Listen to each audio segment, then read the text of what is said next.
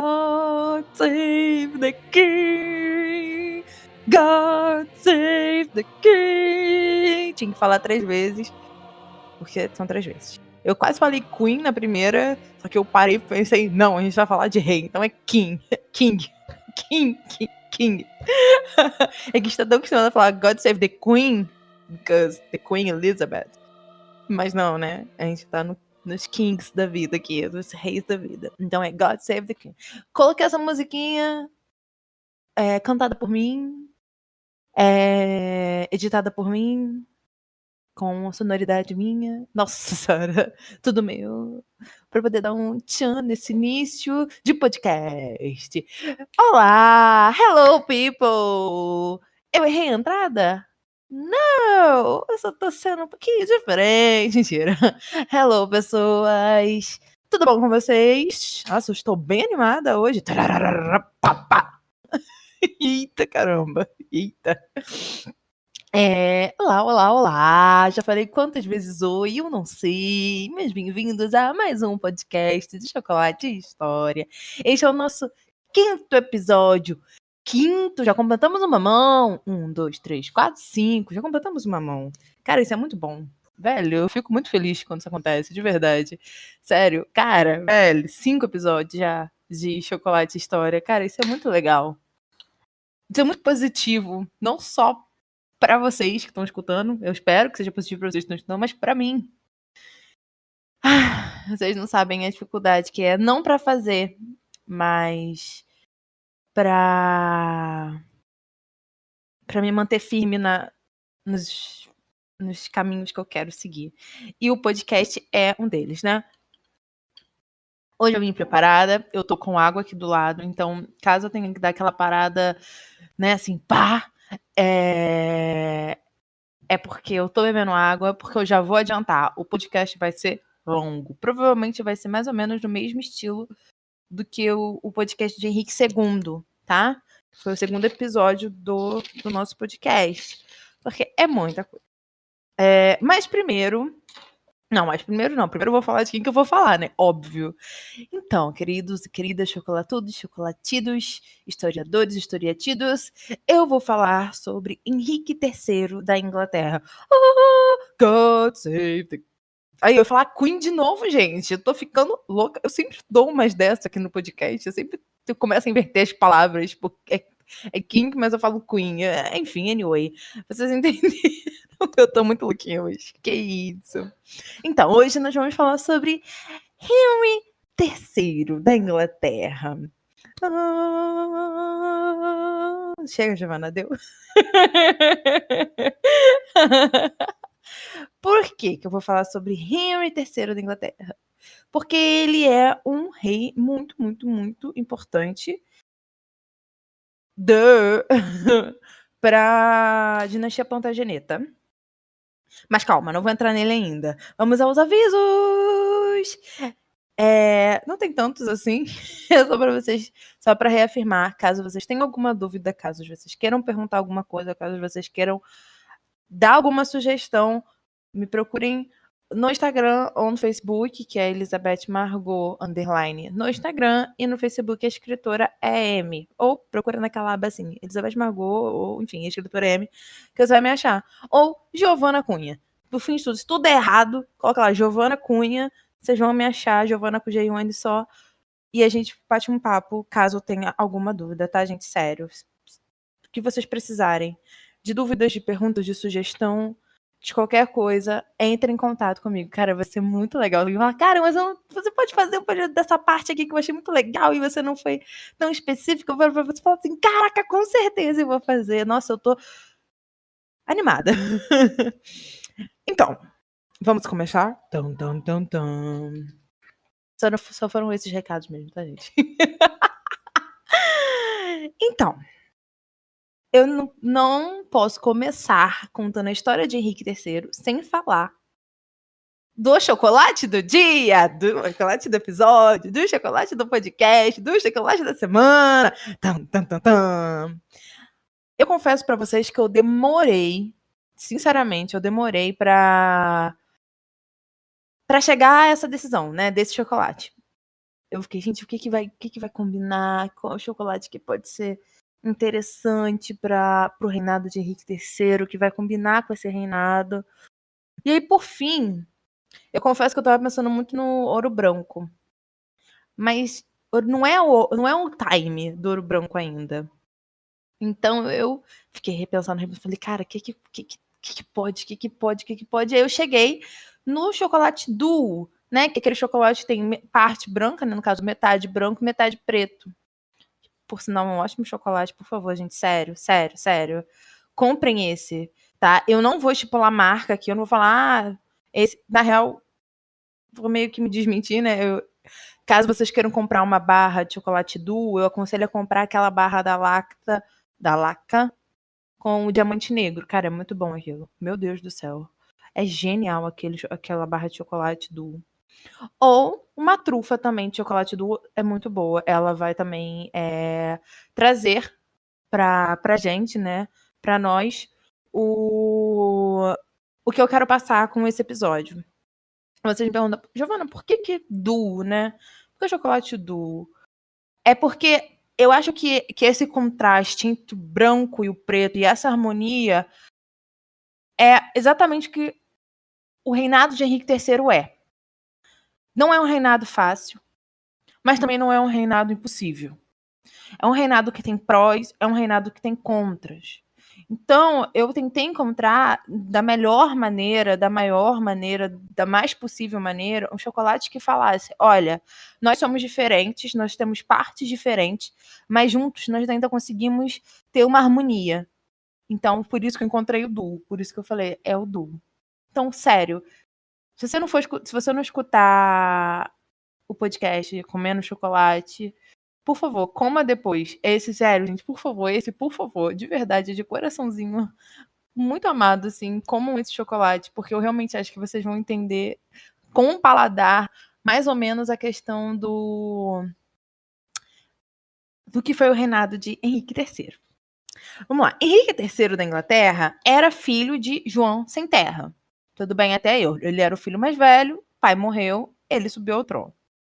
João Sem Terra, por sua vez, era filho de Henrique II, o fundador da dinastia Plantageneta. Esse é o meu segundo episódio, né, quando eu abro sobre a dinastia Plantageneta. Então, por isso que ele se chama Henry, né, pelo avô, por causa do avô. Então, assim, né, só voltando naquela listinha ai, meu Deus, dos reis, né, da dinastia Plantageneta, que o Henrique III, ele é neto de Henrique II, filho de João Sem Terra. Até aí tudo bem. Ele nasceu no dia 1º de outubro de 1207, ok? E foi morrer no dia 16 de novembro de 1272, com 65 anos. 65 anos, o cara era um ancião, gente, sem brincadeira. Ele era um ancião para aquela época. Mas a gente vai chegar lá.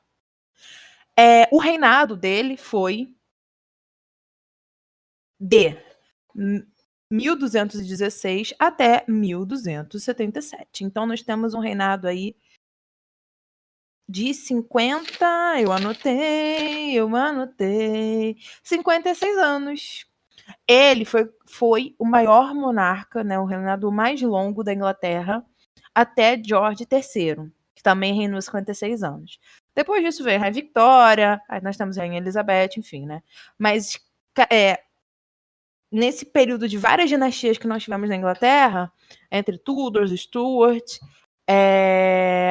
até o George III, o Henrique III foi o monarca com mais longevidade, reinando por 56 anos. Gente, e é bom dizer que eu não estou falando de um período, né, de 1500, vamos colocar assim, né? Eu tô falando de 1200. O cara nasceu em 1207 e ele morreu com 65 anos. Isso era, tipo, um reinado absurdamente longo naquela época. Positivo e negativo. Vamos chegar lá. Mas era absurdamente longo. Era incomum, né? Então já começamos com essa cereja no bolo, o Henrique III. Ele também foi conhecido como Henrique de Winchester, porque ele nasceu em Winchester. Aí às vezes chamavam ele de Henrique de Winchester, ok? Ele foi rei da Inglaterra, senhor da Irlanda e duque da Aquitânia. Foi um dos poucos redutos ingleses na França, né, de terra, que sobraram desde que o pai dele, né, o João sem terra, foi perdendo tudo de terra na França. O que acontece? O Henrique, ele assume o trono, né, ele vira rei com 9 anos de idade, quando o pai dele morre, e ainda está no meio daquela revolta, da primeira revolta dos barões, né? Quando eu falo primeiro, porque tem outra. Então, assim, ele sobe ao trono já como? No meio do borbuliço. No meio do borbuliço. Vou chegar. Gente, por que eu falei borbuliço? É porque pra dizer assim, que tipo, o negócio tava fervescente ainda lá. O negócio tava ainda pegando fogo. Um menino de 9 anos virando rei ainda de uma revolta que tava acontecendo ainda. Então, tipo assim, o negócio foi meio tenso. Antes de eu ir passar de fato pro reinado dele, vamos falar sobre a família. Henrique casou com Eleonore de Provence, né? Provence. Ela era francesa. Eu novamente, né? Como eu falei em Henrique II, eu não vou entrar aqui nos pormenores, né? E nos detalhes tanto da esposa quanto do casamento deles. Eu prefiro fazer isso quando for fazer um episódio só dela, porque a minha proposta depois, não é agora, é justamente fazer todas as esposas, não todas de vou fazer as esposas mais ativas politicamente, né? Mostrar essa mulher medieval. Mas isso aí é papo para outra questão, só para explicar mais ou menos por que eu não vou adentrar no casamento deles. Eles tiveram 5 filhos, tá? E o primeiro filho chamava Edward, que foi o rei da Inglaterra depois, foi Eduardo I, mas aí nós chegaremos lá. Depois a segunda filha foi a Margaret, que foi a rainha dos escoceses. Depois eles tiveram a Beatriz, que foi a condessa de Richmond. Depois eles tiveram o Edmund, que foi Edmund Crokeback. É algum apelido que eles davam lá, a gente sem nem falar isso direito. É tipo de Crokeback. Alguma coisa assim. E tiveram a Catherine da Inglaterra. Tá? Eles tiveram 5 filhos. E nós vamos depois, né, falar sobre Eduardo I, mas não nesse episódio. Que foi o rei depois do pai. Vamos lá, então. Reinado de Henrique III. Henrique III tem um ponto interessante que ele teve 2 coroações. Yes, ele teve 2 coroações. A primeira coroação do Henrique foi no dia 26 de outubro de 1216. Poucos dias após a morte do pai, tá? Com 9 anos aqui. E a segunda coroação foi no dia 17 de maio de 1220, tá? Aí ele já estava com quase 21, se eu não me engano. 17.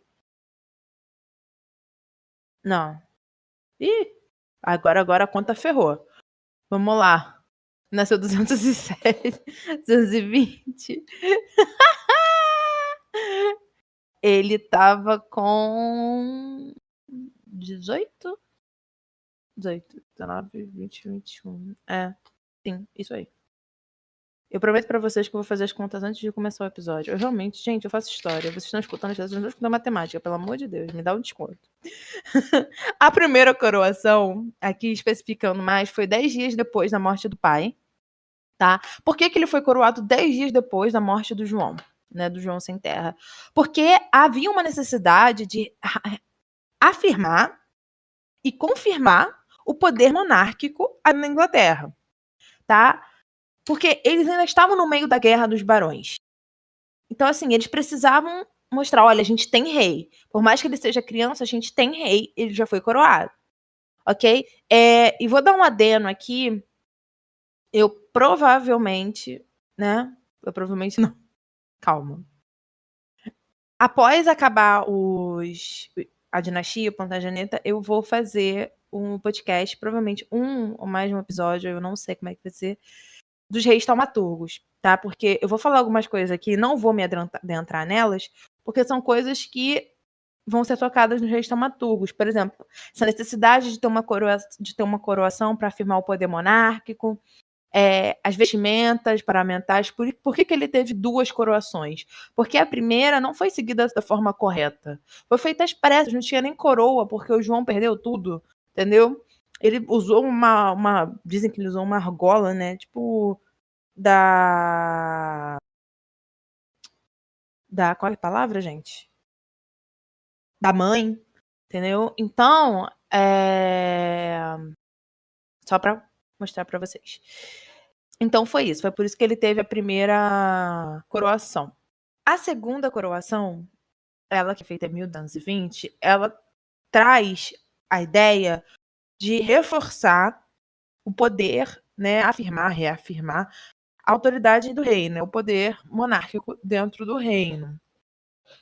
E mais do que isso, ela também serve para consertar, dar uns ajustes na primeira coroação, que foi feita de modo muito tumultuado. Então, quando a gente pega essas 2 coroações, a gente vê uma que foi feita às pressas, que nem coroa tinha, e outra que tem toda a pompa e toda a ideação do reino, do rei, do poder monárquico, e foi feita com o aval papal, né, com o aval da igreja. Então, assim, e nisso a gente consegue ver 2 parâmetros de formas de se coroar que no medievo já tomou forma. Por isso que ele tem 2 coroações, porque a segunda é a que mais importa. Porque tem todos os aparatos reais, as regalias, os ornamentos, as funções, tudo, as bênçãos. Isso é uma coisa que a gente vai ver nos restauratouros. Mas a gente consegue ver muito bem esse parâmetro nessas duas coroações de Henrique III. O que acontece? Aí vamos voltar agora para o início do reinado, né, do Henrique. O Henrique, ele ficou sob a tutela do William Marshall, que foi o primeiro barão de Pembroke, tá? Foi quem deixou isso, né? Essa tutela foi realmente João Sem Terra, o pai do Henrique. E o William, ele tem a palavra, gente? A fama, de ser um famoso cavaleiro da Inglaterra, nananã. Então, assim, foi uma escolha pensada e direcionada para alguém que tinha condições de cuidar daquele menino, daquele rei de 9 anos, ok? Aí eu preciso entrar num fato polêmico aqui, que é muito interessante, muito instigante e eu diria que até que quebra paradigmas, tá? A primeira coisa antes de começar nisso, vocês estão vendo que eu não estou me adentrando dentro da revolta dos barões, né? Porque essa revolta dos barões eu já expliquei no episódio 4, que foi do João Sem Terra e a Carta Magna. Então, caso alguém queira escutar, não tenha escutado antes, vai no episódio anterior da semana passada, que vai estar lá certinho, bonitinho, falando sobre isso. E agora vamos de fato ao assunto que eu queria trazer aqui, né? No caso, esse assunto que quebra alguns paradigmas. Henrique, ele presta vassalagem ao Papa. O nome do Papa, nessa época, era o Honório III. Então, o Henrique, ele é vassalo do Papa. Como um rei é vassalo de alguém. Isso traz, né, isso quebra a ideia de que o rei não é vassalo de ninguém, né, como eu já falei aqui. Mas a questão é que, nesse caso específico, era necessário ter esse apoio papal de forma incisiva. E a única forma disso acontecer, que foi vista tanto pelo João Sem Terra quanto continuada pelo filho dele, Henrique III, foi prestar vassalagem ao Papa. Porque aí eles estariam representando a igreja e não mais sendo responsáveis por ações. O que isso quer dizer? Então, se desse algum problema, sei lá, se os barões, vamos colocar, se destituíssem do negócio, ele vai lá e fala, ó, mas eu só tô fazendo isso porque eu sou o governante, mas quem é rei, tipo, quem é o dono dessa terra é a igreja, é o Papa. eu não sou o dono mais da terra. Ele está usando esse tipo de parâmetro para poder ficar ileso, vamos usar esse tipo de palavra. Giovana, isso retira o poder dele como monarca? Sim e não. Sim, porque querendo ou não, ele tem que obedecer certos pontos que a igreja vai instruir. Não, porque ele continua sendo a autoridade maior dentro daquelas terras, né, daquele reino, a parte da igreja, né? Aí a gente entra com outra questão aqui, que entra muito da ideia de vassalagem, né, suzerania e vassalagem. O rei, ele tecnicamente não presta vassalagem a ninguém, né? Só a Deus. Então, aqui, quando o Henrique III, né, jura essa lealdade ao Papa, ele está materializando a ideia de que ele é o vassalo de Deus. Como todo rei é, então, eu sou vassalo de Deus, eu estou materializando nisso, jurando fidelidade ao Papa. Em questões políticas, ele fica limitado. Em questões, né, de ideologia, né, da própria doutrina ali empregada no medievo, ele não está tão errado assim, porque afinal de contas, o rei, ele é o representante de Deus, e ele só deve abaixar a cabeça a Deus, e quem representa Deus na Terra é o Papa. Então, tecnicamente, ele não está quebrando nenhuma regra, nem religiosa e nem monárquica. Ele está usando artifícios ideológicos que lhe dão, para poder trabalhar politicamente uma melhor forma de conseguir lidar com os poderes dentro do reino. Por isso que ocorre essa ideia da lealdade de Henrique III ao Papa, ok? Com o fim da Guerra dos Barões e tudo mais, que William Marshall, primeiro Barão de Pembroke, trabalha incessantemente. Ai, gente, bateu um sono agora, me desculpa. Nós vemos que o cenário político ainda não é de união perante os nobres ingleses ali, né, na Inglaterra. Não consegue se unificar tudo em um centro, nem em uma corte. Mesmo acabando a Guerra dos Barões. Né? O William morre em 1219.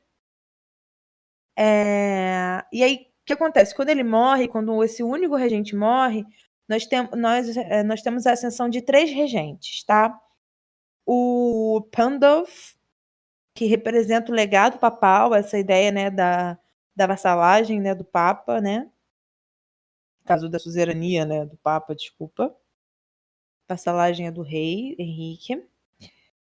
O Peter de Rochas é o Hubert de Burgh, tá? E aí, com essas 3 figuras, nós vamos ter uma instabilidade muito grande no reinado de Henrique III. Tanto agora quanto depois, a gente vai entrando aí nos pormenores. O Pandulf, gente, eu não sei nem falar isso, parece panda, né?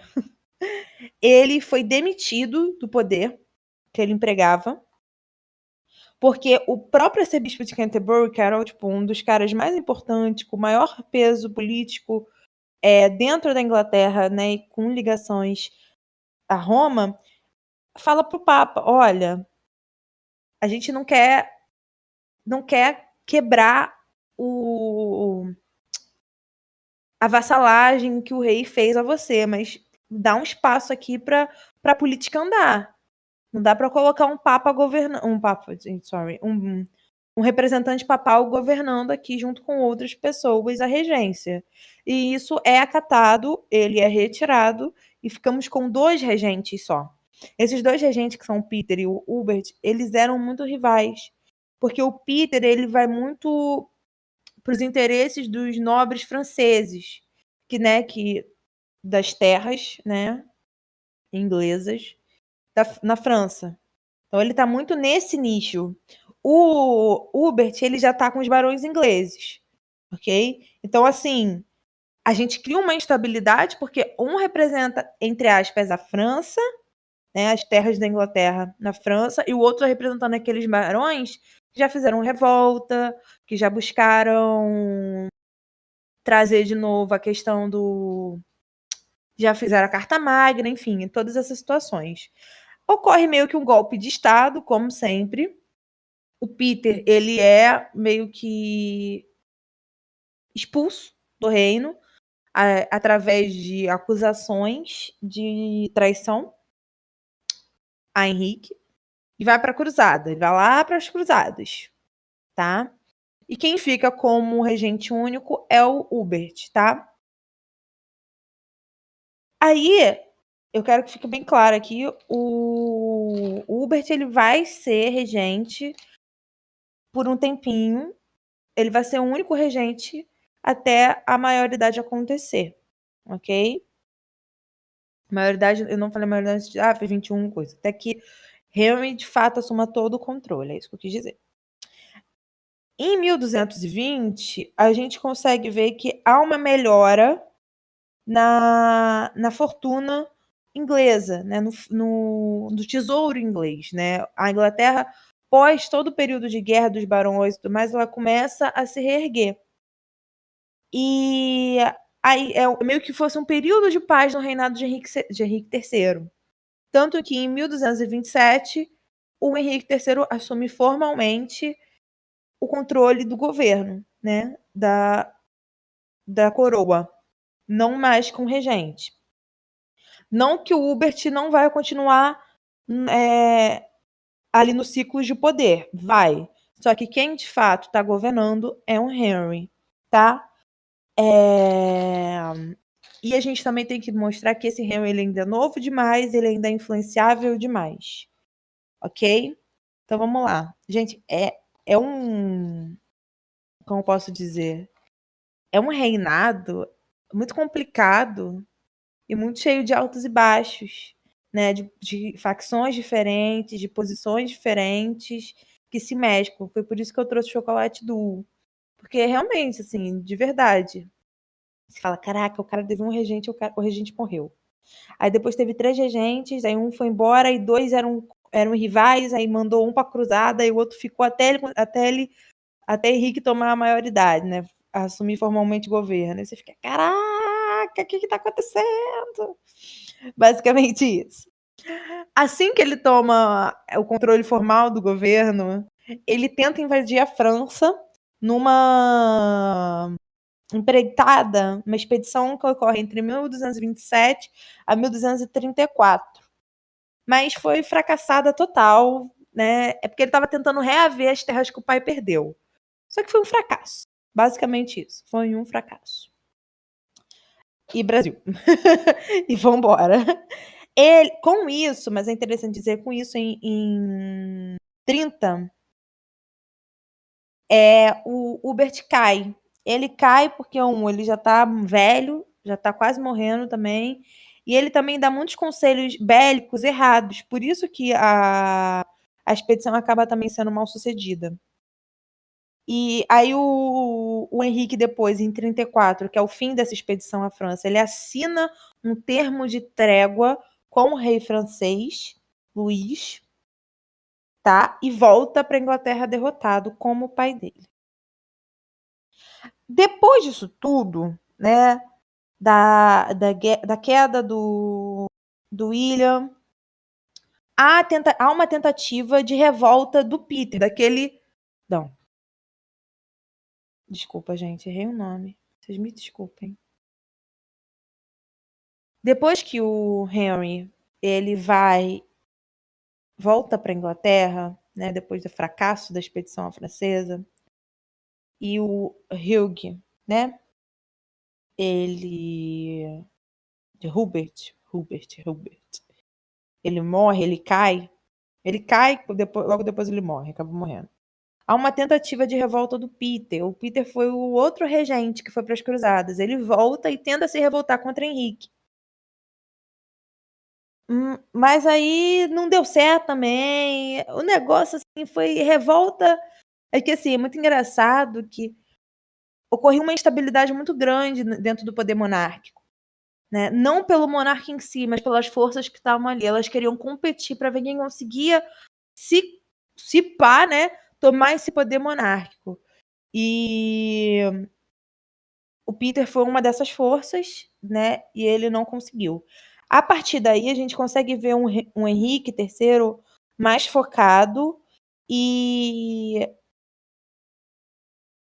eu diria que mais consciente do governo dele, menos influenciado, né? Ele cresceu, né? Como se tivesse se tornado um homem. Pera, agora eu tô governando, agora eu tô realmente fazendo o que eu quero fazer com o reino. O que acontece? O Henrique, o que ele faz? Ele tenta aumentar o status da coroa inglesa. Ele traz Eduardo Confessor, já citei Eduardo Confessor, foi um rei anglo-saxão, como seu santo padroeiro. Até o fim da vida ele vai, de fato, cultuar, né, adorar aquele santo, Eduardo Confessor, que é considerado um santo. Ele tenta, né, de fato, de todas as formas, trazer todas as ligações possíveis e impossíveis do Eduardo para dentro do reino dele, da coroa dele, do modo de governo dele, da imagem dele. Ele respeitou as cartas, né? Quando eu falo as cartas, é que houve outros tipos de tratados, mas sendo mais específica, a Carta Magna.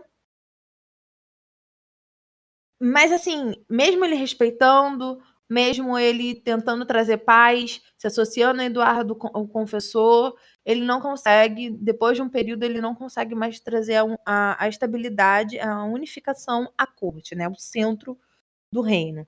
Então a gente tem mais uma reviravolta. Eu vou chegar lá. Um ponto que é clássico, ele era muito religioso, a ponto de ter relatos dele ter começado a curar escrófulas. Novamente, toda essa questão que eu falei do Eduardo Confessor, das escrófulas, né, da imagem dele, vai ser tratado especificamente no podcast dos Reis Taumaturgos, ok? Porque é nisso que a gente vai falar, é nisso que a gente vai cair em cima. Mas para eu falar dos Reis Taumaturgos, eu preciso mostrar para vocês essa monarquia. O que acontecia nessa monarquia, ok? Ele traz, né? Então, voltando, ele respeita a carta, agora falando mais da Carta Magna, ele consagra ela, ele reedita a carta, ele traz ela para dentro dos valores ingleses, mas ele ainda assim não consegue dar uma estabilidade forte ao reino. Por quê?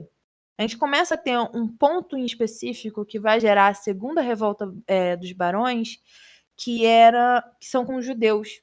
Nesse período, a Inglaterra ela foi, eu não diria que tomada, mas houve um grande boom de judeus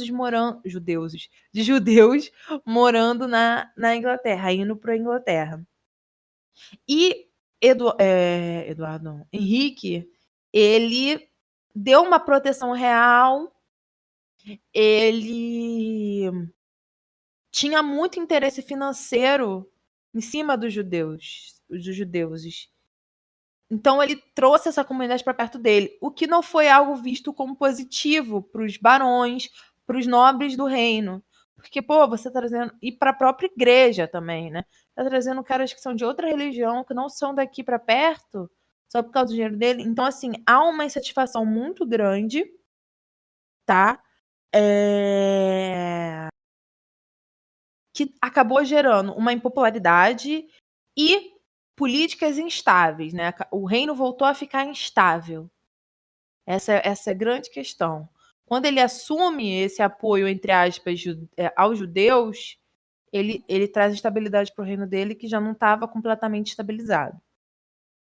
E aí entra a Segunda Guerra dos Barões, tá?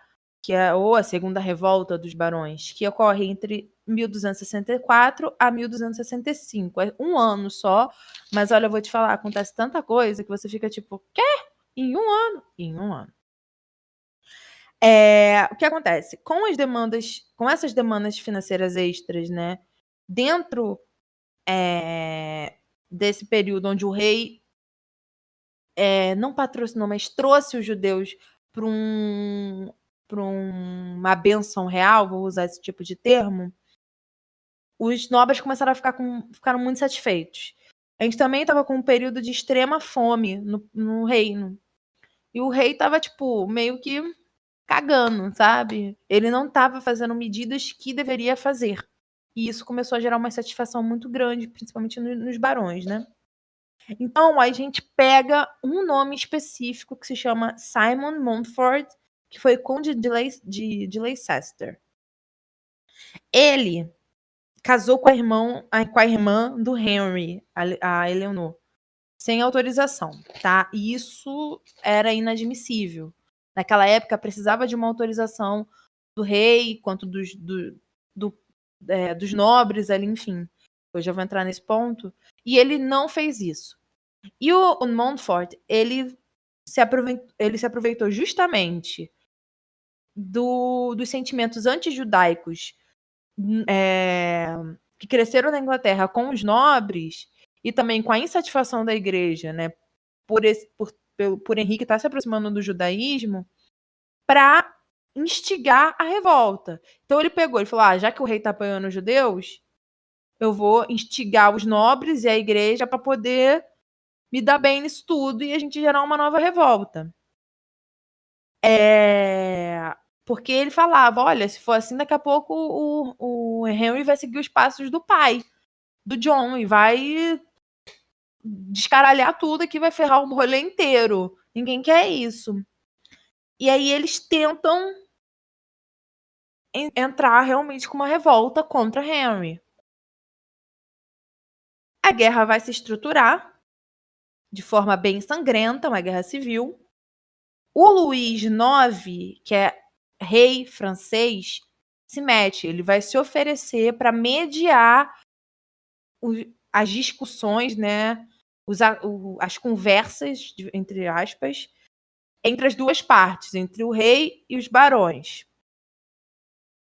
E aí, por fim, aí é o grande pulo do gato.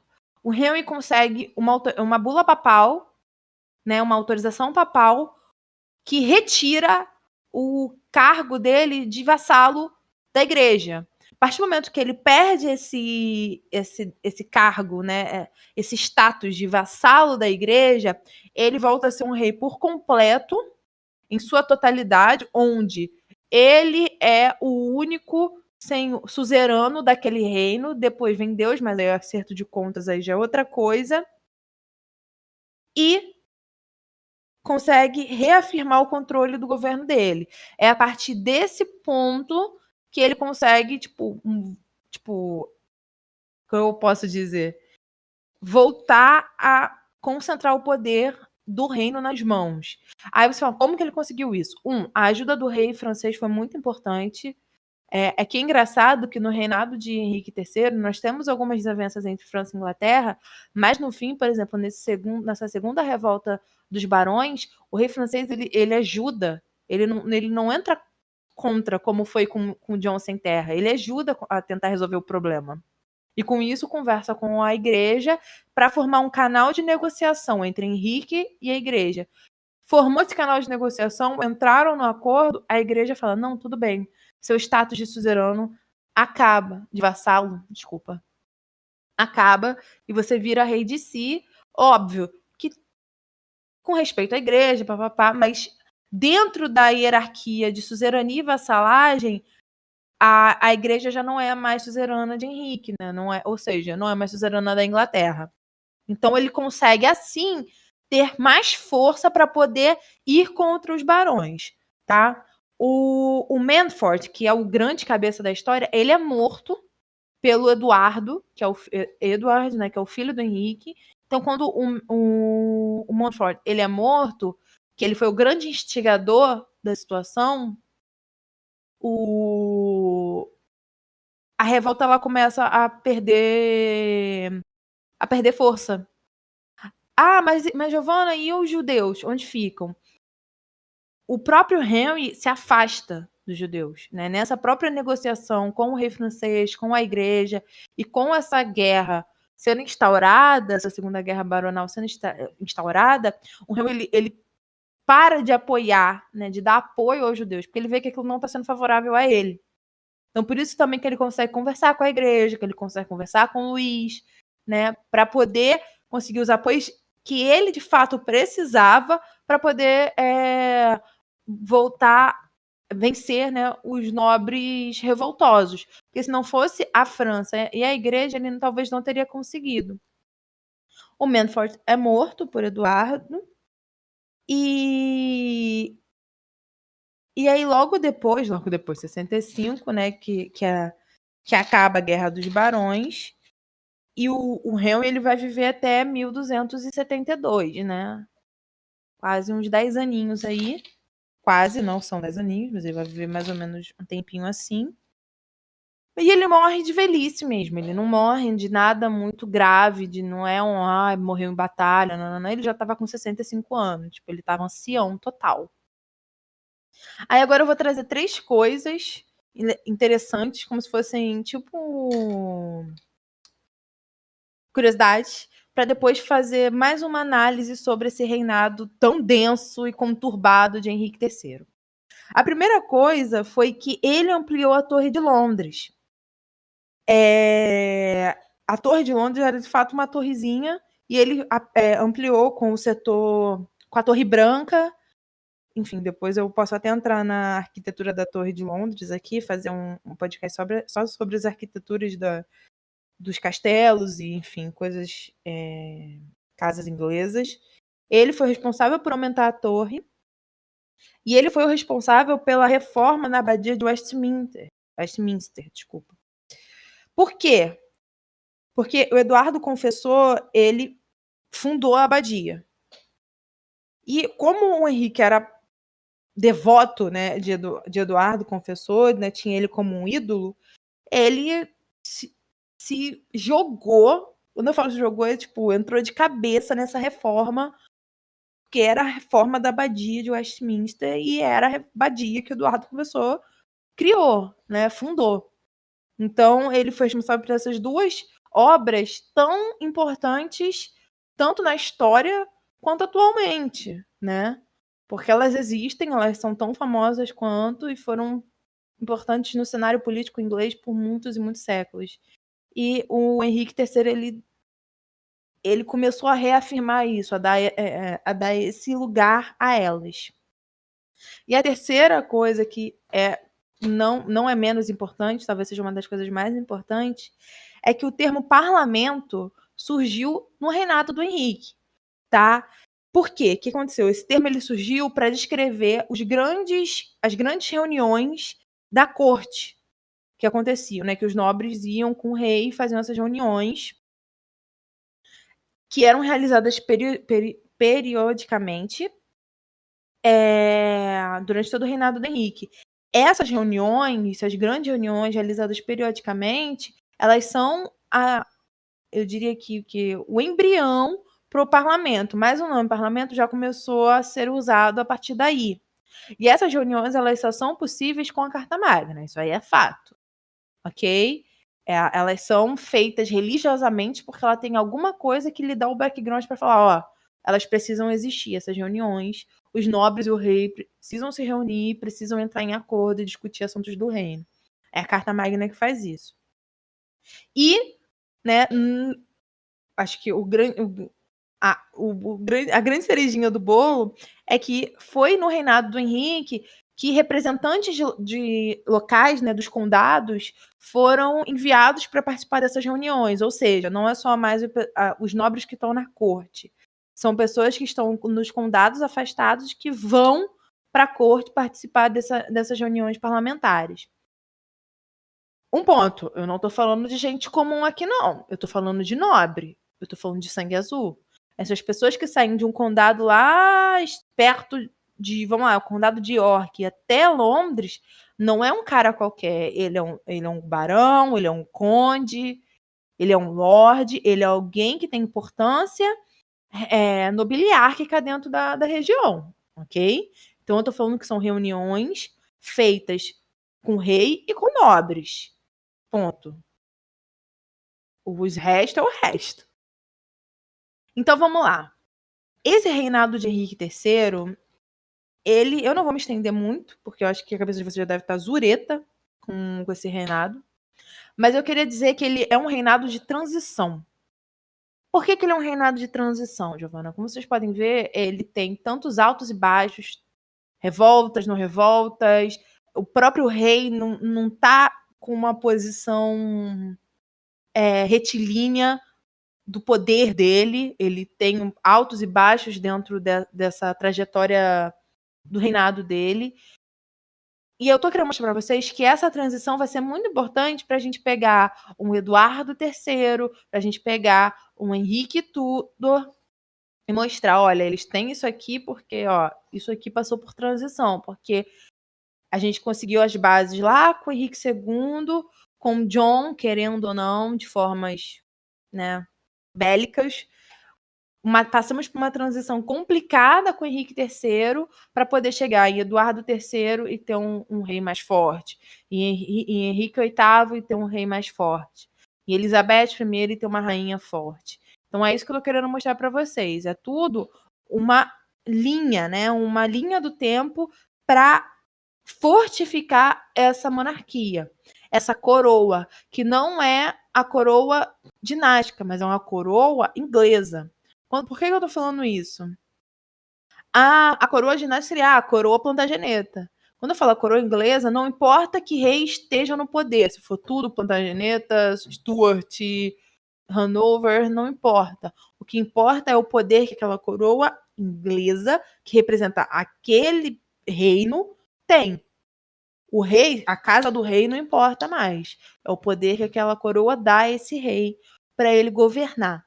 Então, com Henrique III, a gente consegue ver que é uma estabilidade, é um reino, é um governo de muita instabilidade, mas que vai ser necessário para a estruturação dessa coroa inglesa. Gente, eu acabo por aqui. Espero que vocês tenham gostado, espero que vocês tenham entendido e aproveitado essa trajetória de Henrique III, que foi uma trajetória muito conturbada, foi uma trajetória muito desgastante. Prometo que no próximo episódio vai ser mais levinho. Nós vamos ter, né, um episódio mais levinho, mais tranquilinho. Mas que é necessário eu mostrar tudo isso, eu falar tudo isso para vocês entenderem o que é essa dinastia Plantageneta, o que é a formação da coroa inglesa, do absolutismo inglês, ok? Eu realmente espero que vocês tenham gostado. Como eu falei no último episódio, história não se faz em 2 linhas, história historiográfica não se faz em 2 linhas. Ela é feita de argumentos e textos e palavras e pesquisa. E é isso que eu quis trazer um pouquinho para vocês. Bom, um grande beijo, uma boa noite, um bom dia, uma boa tarde. Que o seu dia seja muito bom. Comam chocolate, vocês realmente não vão se arrepender. E até o próximo episódio. Tchau!